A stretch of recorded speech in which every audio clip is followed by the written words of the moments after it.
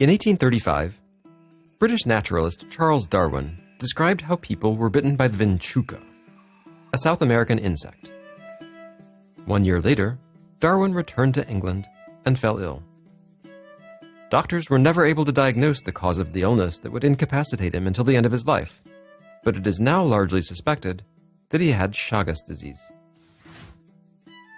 It is said that this tropical disease has existed in the New World since ancient times. Pre-Columbian mummies dating back 9,000 years show signs of the infection. In 1909, a Brazilian physician, Carlos Chagas, discovered the illness and gave it his name. Some years earlier, the cause and vector of human African trypanosomiasis, a close relative of Chagas disease, better known as sleeping sickness, had been discovered.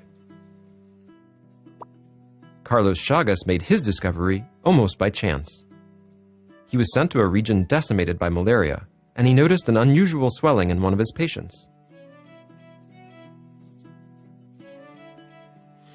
He discovered a parasite in her blood he named Trypanosoma cruzi, a trypanosoma different to the ones that were already known.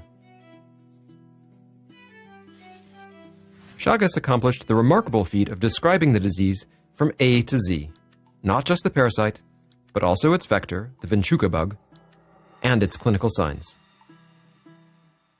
But many countries refused to invest in the study of another new disease and tried to lull people into believing it was a hoax. It was only in the 1930s that the existence of Chagas disease was recognized and accepted. And it took until the 1950s for it to become acknowledged as a public health issue.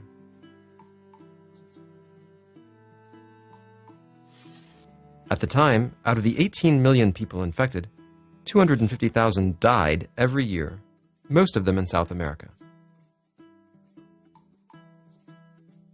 Since the discovery of Chagas disease, the search for a cure has been a major challenge.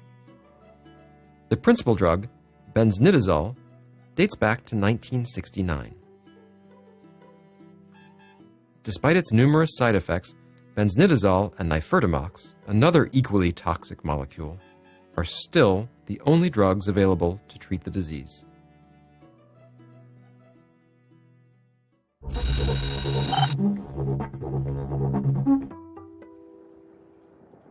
Seven to 8 million people across the world are infected with the parasite that causes Chagas disease, which kills over 12,000 people a year. The vast majority of patients are in Latin America, as Chagas disease is endemic in 21 South and Central American countries. As 60% of patients are symptom-free for several years, the available statistics are still far from reality. Chagas disease is one of the neglected tropical diseases which almost always afflicts the poorest on the planet. Bolivia, where the bug that transmits the parasite to humans originated, is one of the poorest countries in South America. With 15% of its population infected in 2010, and despite the program launched to combat the disease in 2003, it is still the worst affected country. Regional initiatives, particularly insect eradication, have halved the number of cases over the past 20 years, and divided by 10 the risk of contracting the disease. Transmission of the parasite by the vinchuca has been halted in Brazil, in Chile, in Central and West Bolivia, in Guatemala, Honduras, El Salvador, Nicaragua, and Belize. But Chagas disease continues to invade new territories. Benefiting from deforestation, it has now made an appearance in Amazonia, which up to now had been spared. In the Amazonian forest, the vinchuca is safe from insect eradication campaigns. The disease has also taken advantage of South American population migrations to spread to other lands. In 2010, more than 500,000 cases were recorded in the United States, and almost 100,000 in Europe, with roughly half of those in Spain. In South America, the cost of treatment is the primary obstacle to combating the disease. In Colombia alone, in 2008, the annual cost of treatment was estimated to be more than 230 million euros, and the cost of insecticide spraying to eradicate the bug was 4.5 million.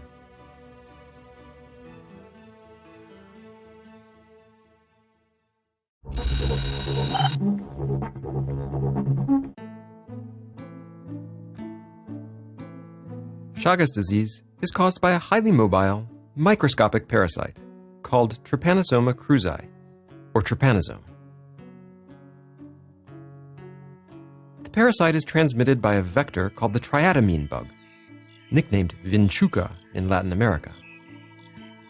The bug hides between stones in the walls of houses and under straw roofs. During the night, the vinchuca comes out of hiding to feed on human blood. When it's finished feeding, it defecates next to the bite. The victim later scratches the bite, unwittingly helping the parasite to enter the body.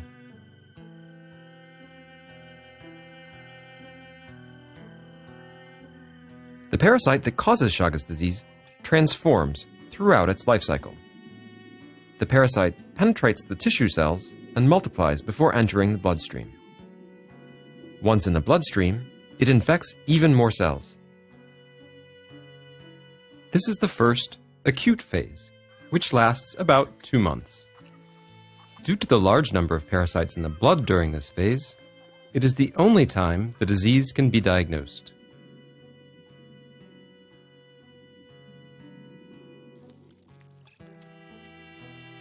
People may not even know that they are ill as symptoms are so mild. A slight fever, headache, pallor, and muscular discomfort.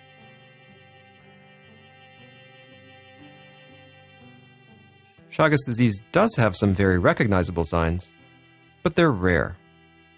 A skin lesion around the bite, or swelling of the eyelid, called Romagn's sign.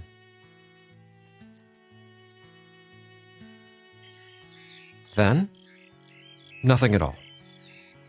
This is the chronic, asymptomatic phase, and for years or even decades, infected people have no apparent symptoms. The disease deserves its nickname, silent killer. 10 to 30 years later, a third of sufferers develop the chronic phase. It can be rapid, and some people die without ever knowing they had the disease.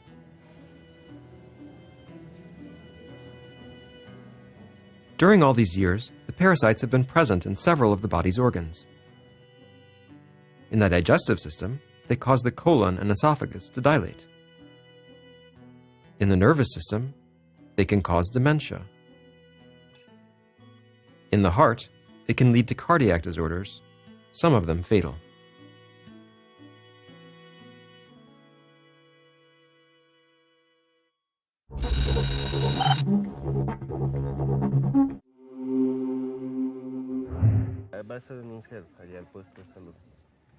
Three strategies are used to combat Chagas disease: controlling the insect, screening, and treating the disease. As there's no vaccine against Chagas disease, the most effective way to prevent Chagas is to kill the vinchuca, the bug that carries the disease, by spraying insecticides. In addition, other preventive measures, such as bed nets, are used. As vinchuca can soil food, good hygiene in the preparation and storage of food is also necessary. Despite the indisputable achievements after decades of insecticide use, the disease is still present and continues to spread. A blood test shows if there are antibodies that have developed due to the presence of the parasite. However, a laboratory and trained staff are necessary to carry out the test, and both are rare in rural regions where the disease is most common. Alternatively, doctors can use a rapid diagnostic test that, in a few minutes, shows if someone has been infected or not. But in this case, the result still has to be confirmed with a blood test. Once the diagnosis is made, the patient is given an anti-parasitic treatment. If the patient has heart problems, they may need a pacemaker or even a transplant.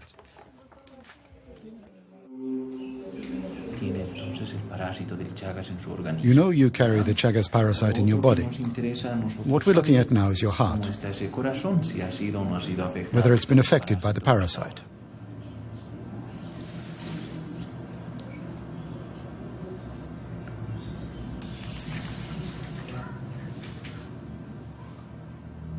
So you have the parasite, but it hasn't yet caused any damage. That's what's important. Oh, that's good news. So feeling reassured? Oh, yes.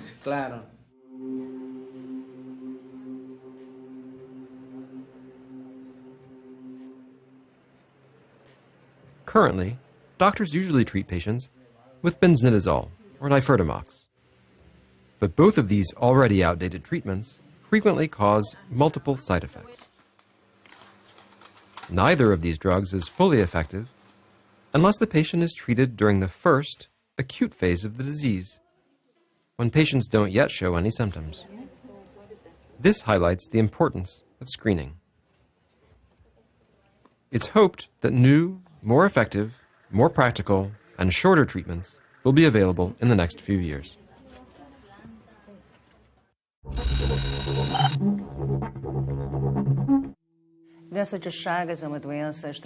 Chagas disease is undoubtedly a neglected disease.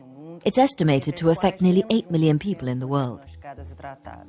Barely 15% of patients are diagnosed and treated. But in reality, we think the number of people infected is significantly underestimated.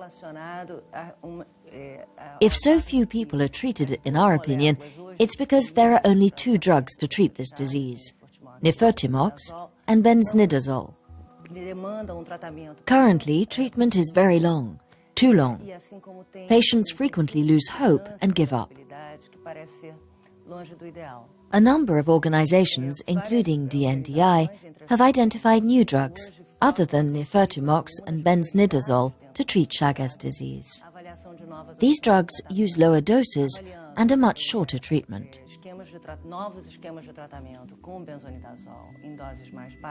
When they become available, these new drugs will be easier to administer to many more people. We have now completed the studies on some potential new treatments. The results of the clinical trials were very promising, leading to studies of new treatment protocols.